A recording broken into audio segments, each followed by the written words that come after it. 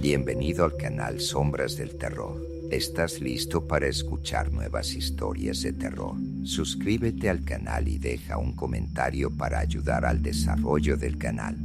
El sol ya se había ocultado bajo el horizonte, coloreando las aguas del mar Caribe de un púrpura espeso.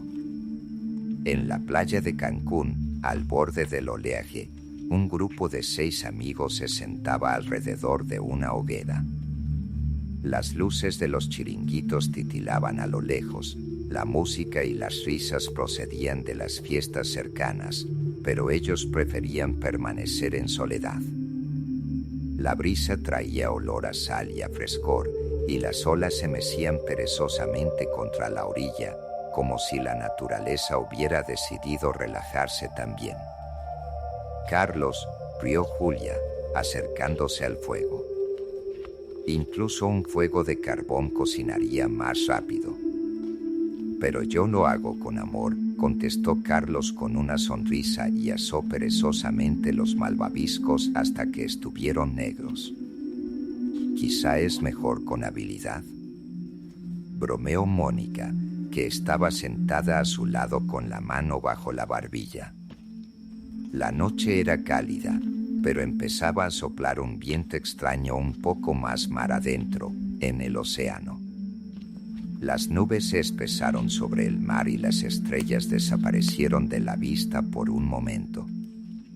La luna parecía esconderse tras la niebla y su pálida luz se tornaba de un amarillo enfermizo. «Ha oscurecido muy deprisa», dijo David, el más joven, mirando hacia el agua. «¿Volvemos?» Tengo un mal presentimiento. Siempre os estáis quejando de todo, dijo Andrés, el más alegre y atolondrado del grupo. Estiró las piernas, dejando que las olas tocaran sus pies descalzos. Es solo el viento. Tranquilo. Pero David seguía mirando tenso el agua. De repente, se puso en pie de un salto, casi volcando su lata de cerveza. «Mira», gritó, señalando la línea oscura del oleaje. «Hay algo en el agua. Todos se vuelven». Las olas habían traído a la orilla algo grande, oscuro e inmóvil. Era demasiado grande para ser un simple peso basura. Carlos fue el primero en levantarse y, cogiendo su linterna, se dirigió lentamente hacia el hallazgo. Los demás le siguieron, hablando con inseguridad. A medida que los amigos se acercaban, se hizo evidente, se trataba de un cadáver.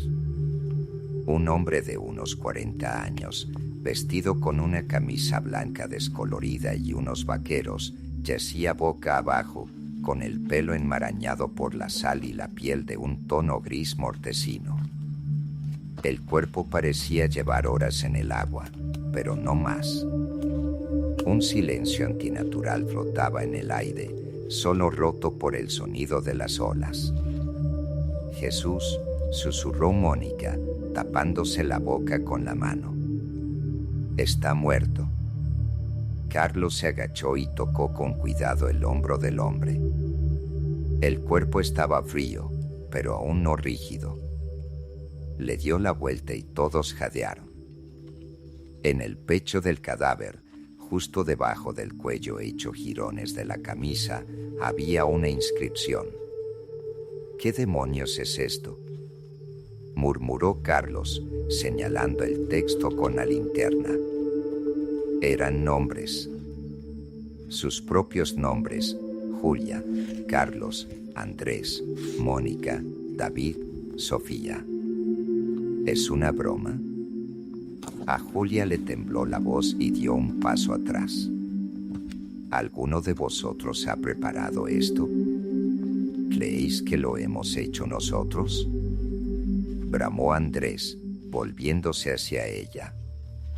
Su voz era áspera, pero había miedo en sus ojos. ¿Cómo te lo imaginas? Es un cuerpo, Julia. Un cuerpo de verdad. David gimió suavemente, dando un traspié hacia atrás. «Tenemos que llamar a la policía», dijo Sofía, normalmente la más tranquila de todos. Le temblaban las manos, pero ya estaba sacando el teléfono. Esto no es normal. Marcó el número y se llevó el teléfono a la oreja. Todos se quedaron en silencio, mirándola.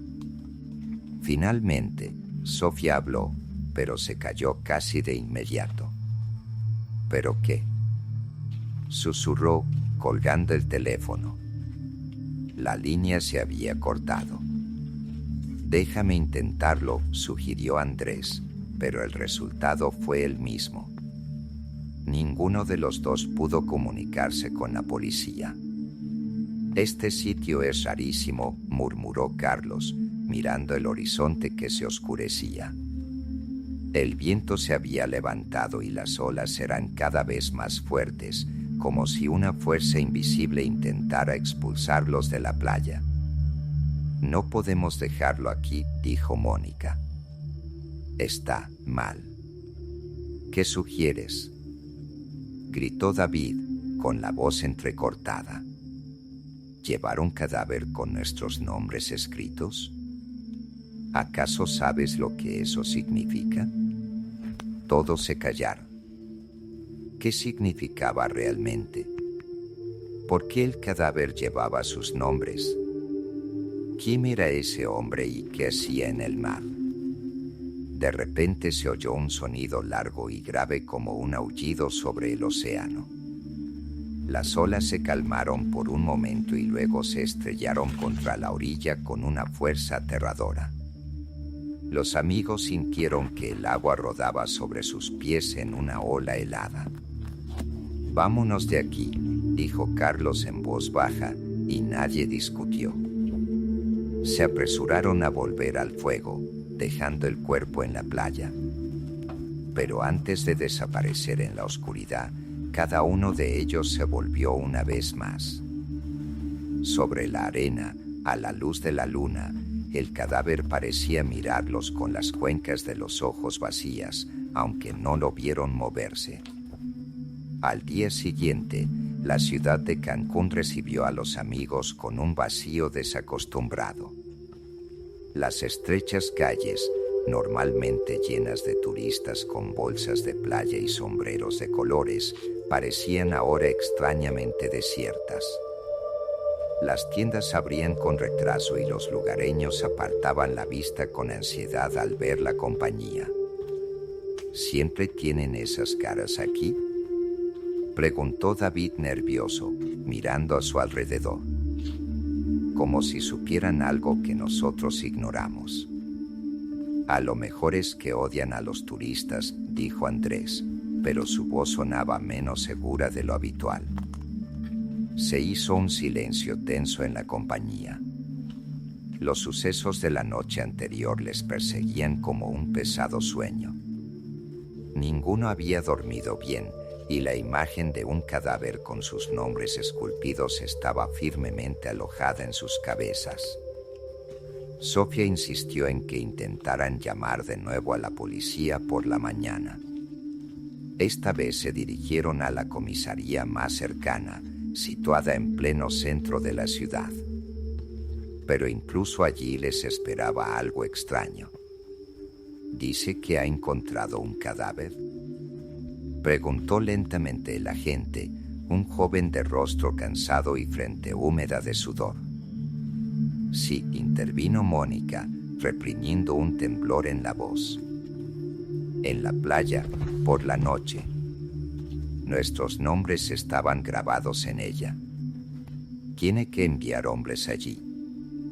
El oficial se quedó inmóvil un momento y de pronto cambió bruscamente de tono. «Lo siento, pero la playa de Cancún es enorme. Si no puede localizar el lugar exacto, llevará tiempo. Llegaremos más tarde». «Más tarde», chilló Julia, su voz se quebró en un grito. «Esto es un asesinato». Pero el agente ya estaba mirando más allá de ellos, como si hubiera perdido interés en la conversación. «De acuerdo», dijo en voz baja, «espere aquí. Ahora vuelvo». Se levantó, salió del despacho y no volvió. Esperaron 10 minutos, luego 15. Finalmente, Andrés, incapaz de soportarlo, miró hacia el pasillo. El policía había desaparecido, como desvanecido en el aire. «Nos están evitando», dijo Carlos, frunciendo el ceño. «¿Por qué? ¿Por qué importa por qué?». David exhaló, agarrándose la cabeza. «Este lugar es una maldita maldición. Tenemos que irnos». «¿Qué te hace pensar que todo se solucionará si nos vamos?», dijo Sofía con frialdad. «¿Y si no se acaba?». A la hora de comer, todo el mundo estaba de vuelta en el hotel, con la esperanza de discutir el camino a seguir. Pero la tensión en el ambiente no hacía más que aumentar. Todos empezaron a recordar los extraños sucesos que les habían ocurrido en los últimos días. «Tenía la sensación de que alguien nos vigilaba», dijo Mónica, sentándose en el borde de la cama. «¿Recuerdas cuando íbamos a esa playa? No parecía que nadie nos siguiera, pero aún así me sentía como...». «Eso es paranoia», la interrumpió Andrés, pero su mirada demostraba que no estaba seguro de lo que decía. De repente, Sofía se levantó, sacó el móvil del bolso y les enseñó una foto. «La tomé ayer, antes de la tormenta», dijo, desplazándose por la imagen. En la foto, tomada frente al océano, se veía algo extraño a lo lejos. Una figura oscura se encontraba hasta la cintura en el agua, mirando directamente al objetivo. No se le veía la cara, pero su postura le resultaba aterradoramente familiar. «Es él», susurró Julia. «Es el muerto». «Imposible», respondió Carlos, pero su rostro había palidecido. «Vimos que estaba muerto». Sofía no contestó nada, pero le temblaban los dedos al colgar el teléfono. Por la noche se reunieron en la terraza del hotel. Todos estaban tensos, como si esperaran que pasara algo. Y la sensación estaba justificada. Llamaron a la puerta de la habitación. Carlos se levantó primero y se dirigió a la puerta. «¿Quién es?», preguntó, pero no obtuvo respuesta. Abrió la puerta e inmediatamente algo fue arrojado a sus pies. Era un sobrelacrado a la antigua. Tenía grabado un extraño símbolo que parecía el entrelazamiento de unas olas y un ojo humano. Carlos cogió el sobre y cerró rápidamente la puerta. «¿Qué es?», preguntó Andrés levantándose de su asiento. Mónica se atrevió a abrir el sobre. Dentro había varios trozos de papel viejo escritos con tinta descolorida. El texto estaba en español, pero el tipo de letra y el estilo parecían arcaicos. «Es una especie de nota», susurró, leyendo despacio. «Has provocado una maldición al tomar lo que no te pertenece. El océano se está cobrando sus deudas. No podréis escapar. Deja uno atrás para salvar a los demás». «¿Qué demonios significa eso?», gritó David, arrebatando el papel de las manos de Mónica. «¿Es una amenaza? Alguien intenta asustarnos». «¿Y si es verdad?», dijo Sofía con calma. «Quizá el hecho de que hayamos encontrado su cuerpo tenga algo que ver». Todos la miraron y todos sintieron un escalofrío por dentro. «No puede ser verdad», murmuró Carlos, aunque su voz sonaba débil. Pero en ese momento, Las luces de la sala se apagaron. El silencio en la oscuridad era casi ensordecedor. El viento que entraba por la ventana entreabierta aumentó de repente, haciendo que las cortinas se agitaran como si alguien se escondiera tras ellas. De repente se oyó un ruido sordo en algún lugar fuera de la ventana. Luego, el sonido de algo húmedo que arañaba el cristal. ¿Qué ha sido eso? Empezó Andrés, pero no le dio tiempo a terminar. La ventana se abrió y una ráfaga de aire helado, con olor a sal y podredumbre, entró en la habitación. Y entonces lo vieron. Una silueta se erguía en la terraza. Su piel brillaba a la luz de la luna, como si acabara de salir del agua. Era el mismo hombre. Las cuencas vacías de sus ojos les miraban fijamente. En su pecho, donde ayer estaban sus nombres, aparecía una nueva inscripción: el muerto ya ha elegido al primero. Los amigos se quedaron de pie, incapaces de moverse, entumecidos por el horror. La figura de la terraza se inclinó lentamente hacia adelante, como si estuviera a punto de entrar en la habitación. Sus pies dejaban tras de sí huellas húmedas y el agua seguía goteando de sus sopas desgarradas, formando charcos oscuros en el suelo. «Cierra la ventana», gritó Mónica, pero su voz parecía más bien un susurro. Andrés fue el primero en recobrar el sentido. Corrió hacia la ventana, la cerró tan fuerte como pudo y echó el cerrojo. Una repentina ráfaga de viento golpeó el cristal, como si estuviera enfadado por haber sido interrumpido. Pero la figura había desaparecido. ¿Se ha ido?, murmuró David, mirando fijamente el cristal oscuro. Le temblaban las manos y tenía la cara muy pálida. No se soltó Carlos. Tenemos que hacer algo. ¿Hacer algo?, gritó Julia, poniéndose histérica. ¿Te refieres a qué podemos hacer con el muerto que nos persigue? Sofía intentó controlar la situación. Luchaba por mantener la calma, pero por dentro temblaba tanto como los demás. Cálmate. Todos estamos a salvo mientras estemos juntos. Si actuamos con coherencia, entonces... De repente, sus palabras se vieron interrumpidas por un estruendo ensordecedor. Sonaba como si algo pesado hubiera caído detrás de la pared. «Viene del fondo del pasillo», susurró Mónica. «Que nadie salga», ordenó Sofía. «Nos quedamos aquí». Pero David ya se dirigía hacia la puerta. «No puedo seguir aquí sentado», gritó. «Si es uno de nosotros el que ha salido, tengo que comprobarlo». «No». Julia le agarró del brazo, pero David se apartó bruscamente y abrió la puerta. El pasillo estaba vacío.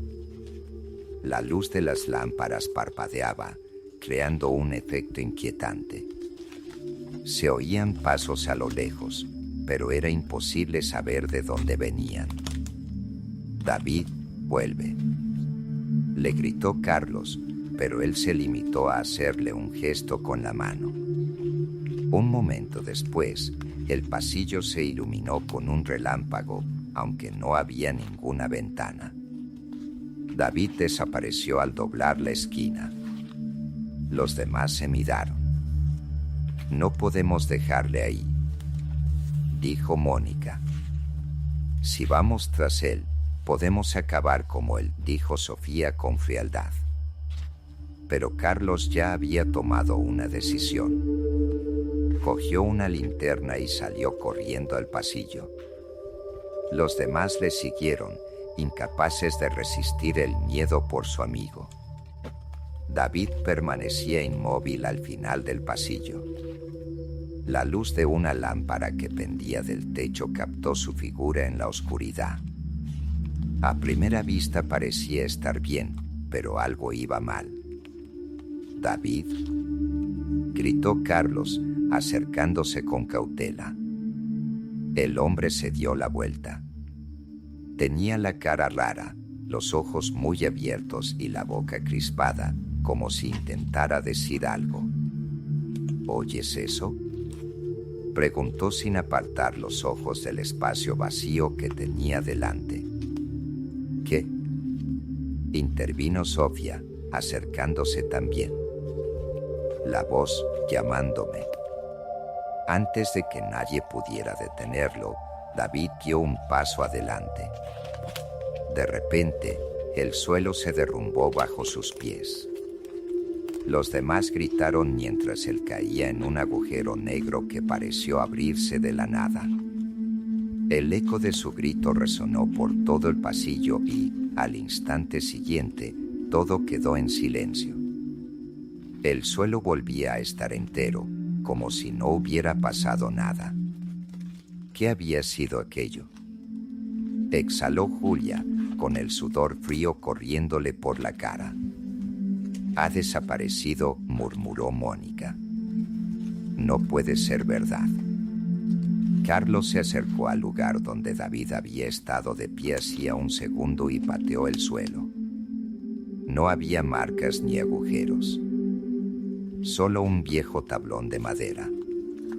«Lo hemos perdido», dijo, con voz grave. «No va a volver. No podemos aceptarlo», gritó Julia, prorrumpiendo en un alarido.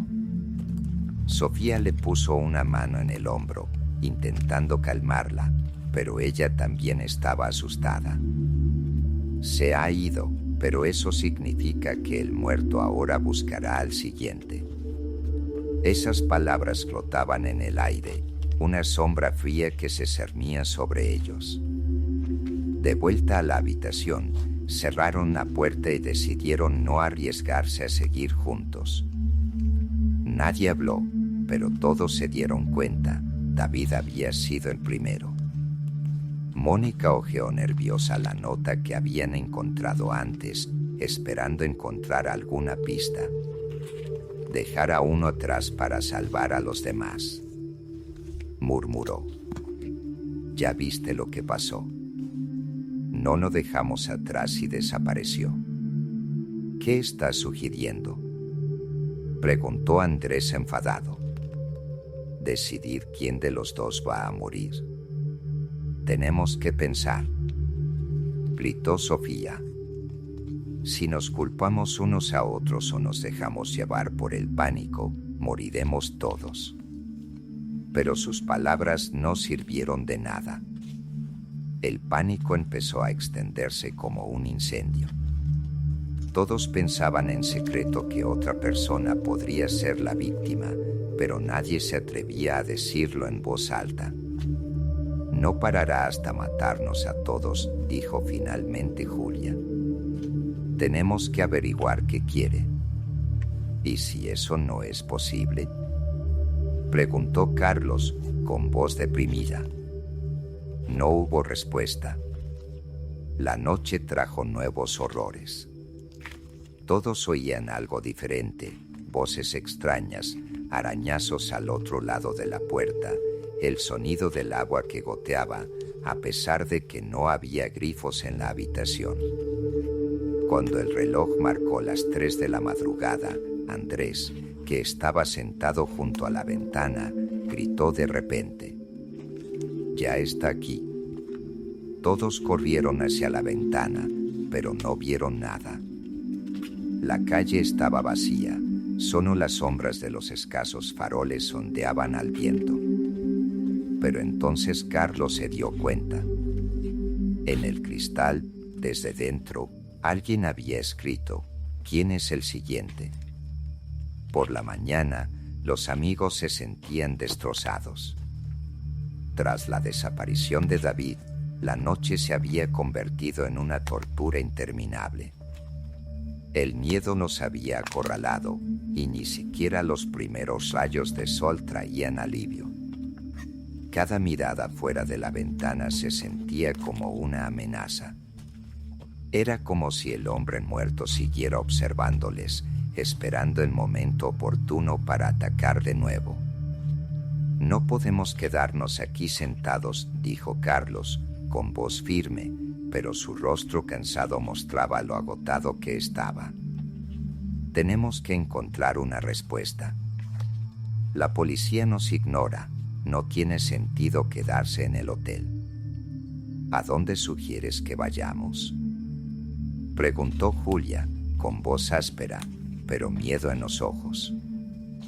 Ya has visto lo que está pasando. Nos encontrará en cualquier parte.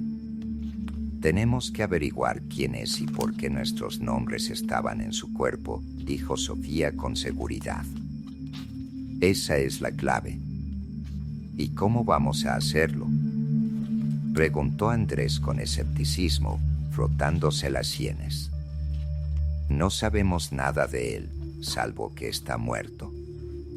Mónica, que había permanecido en silencio hasta entonces, habló de repente. Había un símbolo extraño en esa nota. ¿Te acuerdas? El ojo y las olas. Lo he visto antes. ¿Dónde?, preguntaron Sofía y Carlos al mismo tiempo. En la tienda de regalos, respondió ella, arreglándose el pelo un poco nerviosa. Estuvimos allí ayer. Uno de los tótems de madera tenía exactamente el mismo cartel. Entonces vamos allí, dijo Carlos, levantándose. ¿De verdad quieres ir a la tienda por una tontería?, se indignó Andrés. No cambiará nada. ¿Tienes otro plan?, preguntó Sofía, y Andrés se quedó callado. La tienda estaba situada a las afueras de la ciudad, en un barrio pequeño, donde incluso de día estaba semioscuro a causa de los densos árboles que ocultaban las calles del sol. La tienda parecía abandonada, con gruesas cortinas sobre las ventanas y una puerta agrietada. Un lugar acogedor, murmuró Andrés, mirando el cartel descascarillado con la tortuga. Dentro, la tienda era más grande de lo que parecía desde fuera.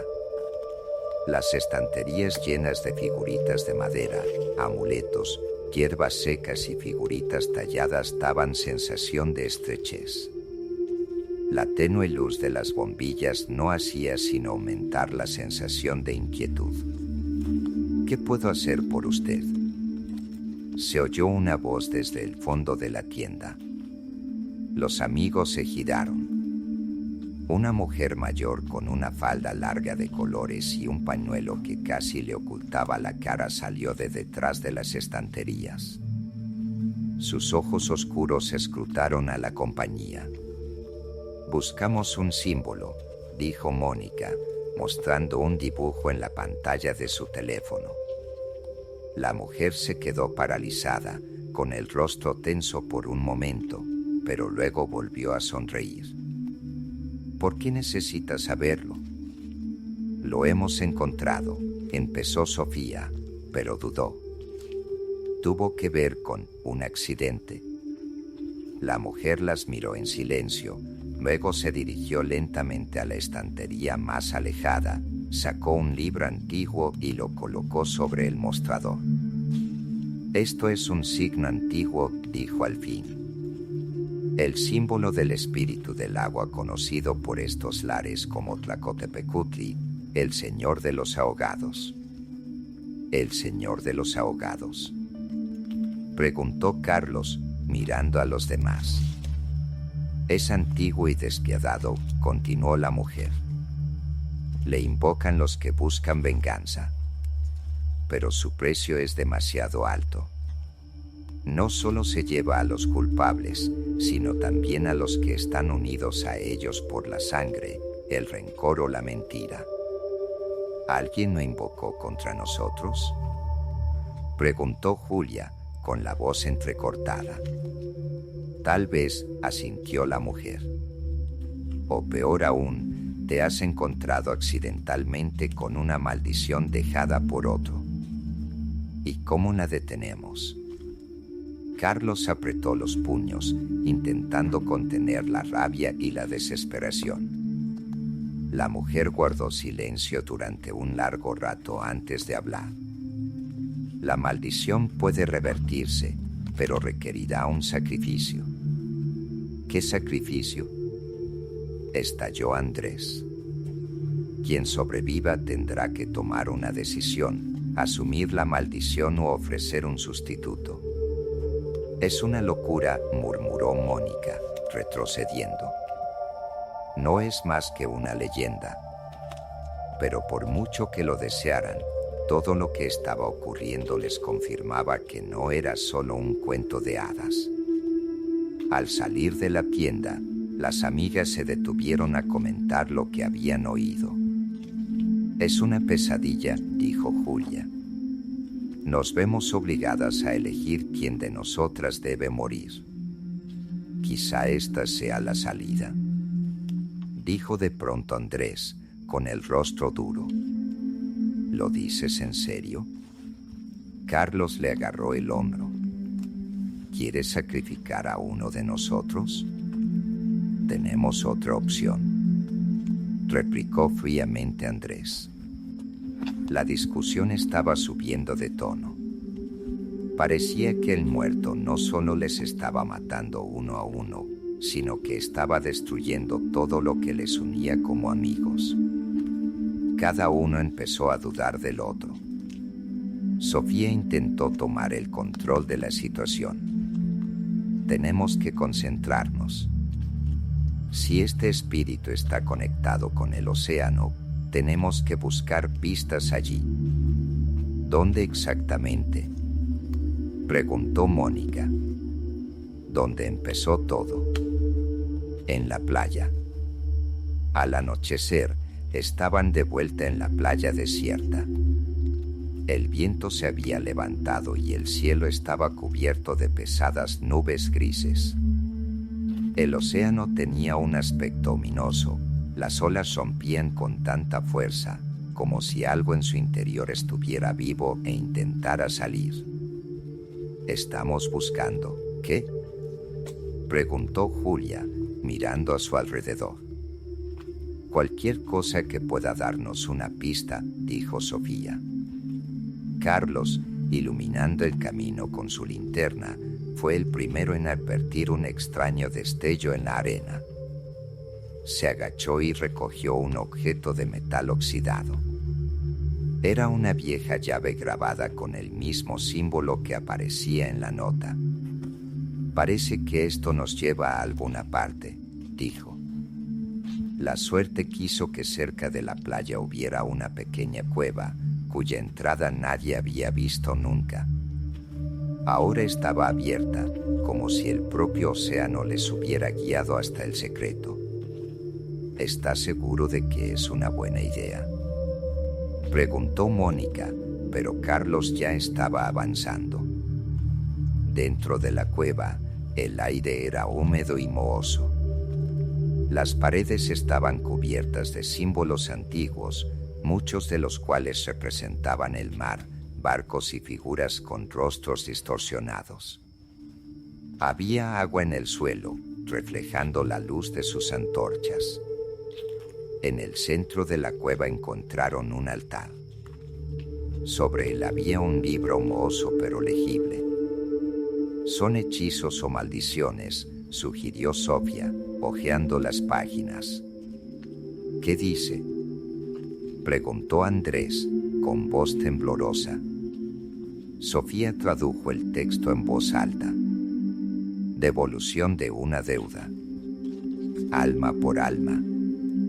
La verdadera salvación solo está en la confesión de los pecados». De repente, el agua bajo sus pies empezó a moverse.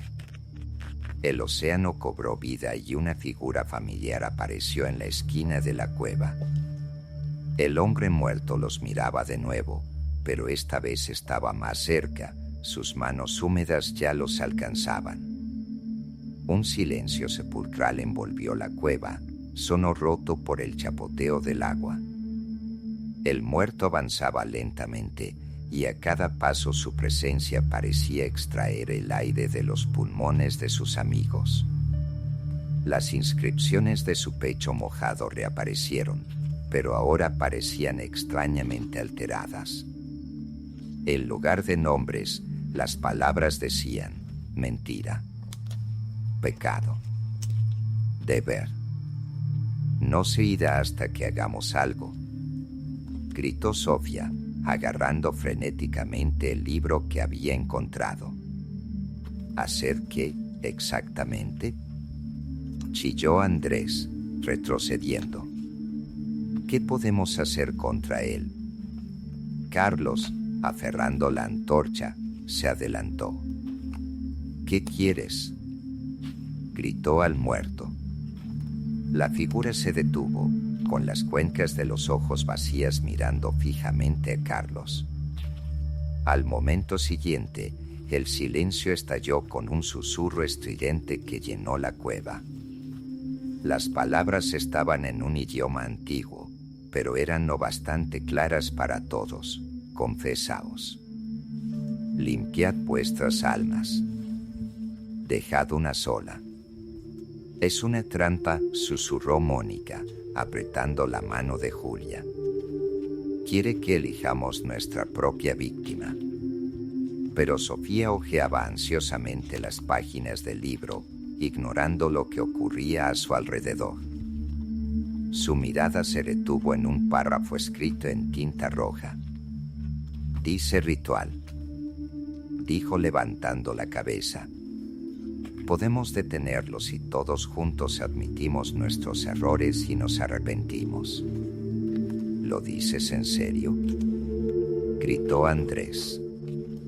¿Arrepentirnos? ¿Crees que ese muerto nos va a perdonar sin más? No tenemos otra opción, replicó Sofía. Quiere que seamos sinceros. Es nuestra única oportunidad. La figura del muerto volvió a avanzar y el agua empezó a subir, inundando el suelo de la cueva. De acuerdo, dijo Carlos, su voz sonaba decidida. Voy a empezar.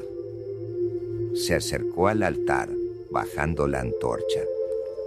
Os mentí, admitió, mirando a sus amigos. ¿Recuerdas aquel proyecto en el que trabajamos juntos en la universidad? Te robé las ideas y me llevé todo el éxito. ¿Y tú, te lo callaste durante tantos años? Chilló Mónica, pero Carlos no puso excusas. Julia habló a continuación. Salí con el novio de Mónica a sus espaldas, admitió, con la mirada gacha. Sabía que estaba mal, pero no me importaba. Mónica retrocedió como golpeada, pero no dijo nada.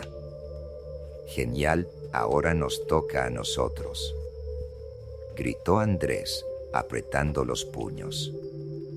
Pero, ¿por qué? No tiene importancia. No entiendes, dijo Sofía. Sí que importa. Se puso delante de sus amigos y habló con voz temblorosa. Sabía que Carlos tenía deudas y, en lugar de ayudarle, se lo conté a sus padres. Eso arruinó a su familia. Carlos la miró asombrado, pero Sofía apartó la mirada. Basta ya, gritó Andrés. Yo también te lo diré, ya que aquí todos estamos revelando nuestros oscuros secretos. Le tendí una trampa a David a propósito en aquel trabajo el año pasado. Quería su puesto, así que hice que lo despidieran. ¿Qué hiciste qué? Julia exhaló, pero Andrés solo se encogió de hombros. Ahora era el turno de Mónica, pero permaneció en silencio, moviendo la cabeza con obstinación. Te toca a ti, dijo Sofía en voz baja. No. gritó ella, con la voz quebrada. No entiendes. No se detendrá. Vamos a morir todos. De repente, el agua le llegó a los pies y algo frío le rodeó el tobillo. Mónica gritó, intentando liberarse, pero el agua tiraba de ella hacia abajo. ¡Socorro!, gritó, con las manos arañando el aire. Carlos y Andrés corrieron hacia ella, intentando retenerla, pero el muerto se acercaba. Ahora tenía la cara delante de Mónica. «Arrepiéntete», susurró. Ella exhaló y su cuerpo se relajó. «Yo fui quien lo mató», admitió, llorando. «El hombre que encontramos. Lo atropellé con un coche hace 2 años y huí del lugar. Pensé que desaparecería, pero me encontró. Vino por mí». El muerto ladeó la cabeza y su figura empezó a disolverse en el agua. Cuando el silencio volvió a apoderarse de la cueva, los amigos quedaron de pie en medio del agua oscura y maloliente. Mónica yacía en el suelo, apenas respirando.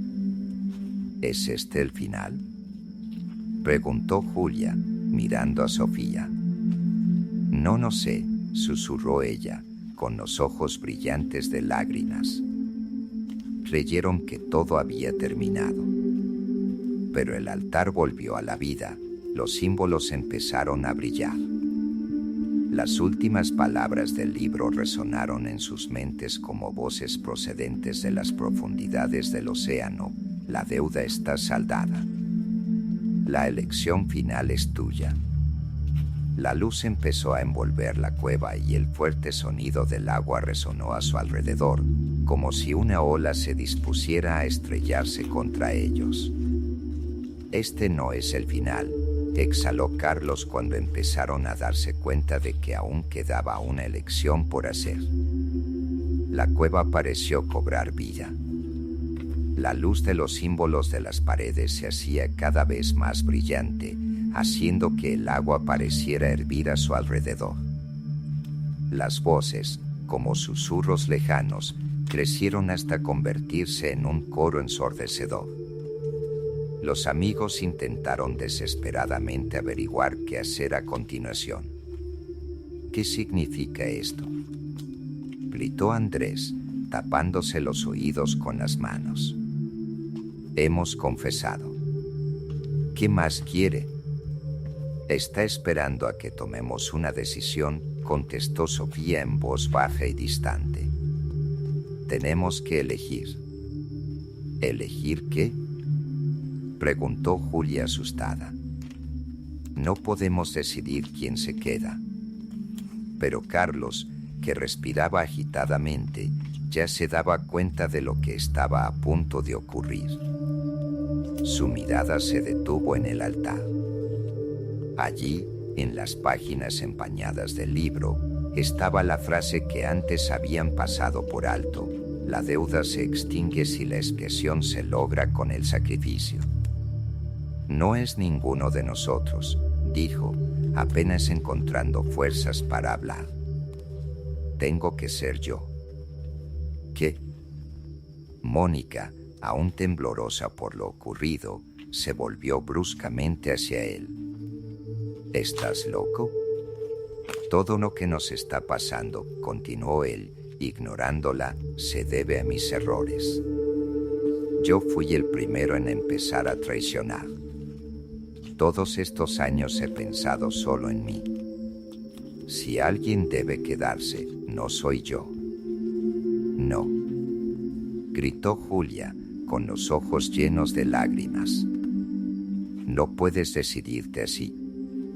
¿Crees que tenemos elección?», contestó Carlos secamente. «Si no lo hacemos, se nos llevará a todos. No podemos estar seguros». Andrés intentó objetar, pero su voz sonaba como si ya supiera la verdad. «¿Y si estoy de acuerdo?», dijo Sofía de repente, cortando la discusión. Todos se callaron. Yo también soy culpable, continuó ella, mirando a sus amigos. Si estamos hablando de redención, entonces yo tengo que ser la que se quede. Ninguno de vosotros se quedará atrás, contestó Carlos con firmeza. Es mi deber. Mientras tanto, el agua subía hasta sus rodillas y algo empezó a moverse en sus profundidades. Unas figuras oscuras que parecían manos alcanzaron lentamente a sus amigos. Una de ellas agarró la pierna de Mónica y ella gritó: «Estamos perdiendo tiempo», gritó Andrés, presa del pánico mientras intentaba liberarla. Carlos, no. Lluvia se aferró a su brazo. Ya se nos ocurrirá algo. Pero Carlos se limitó a sonreírle con tristeza y calidez. Siempre has sido la más amable de nosotros, dijo. No lo pierdas. Se soltó de sus brazos y caminó hacia el altar. Si esto significa que se acabó, estoy preparado, dijo, mirando al vacío. Llévame lejos. Por un momento, todo se congeló. Las voces se callaron y el agua dejó de moverse. Luego se oyó un sonido profundo, casi triunfal, como el rugido de las olas. El hombre muerto reapareció. Su figura apareció justo delante de Carlos. Extendió la mano, tocándole el pecho, y Carlos sintió que algo tan frío como la misma muerte le atravesaba.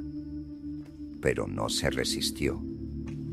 «Perdónalos», susurró antes de que su cuerpo se desplomara y cayera al agua.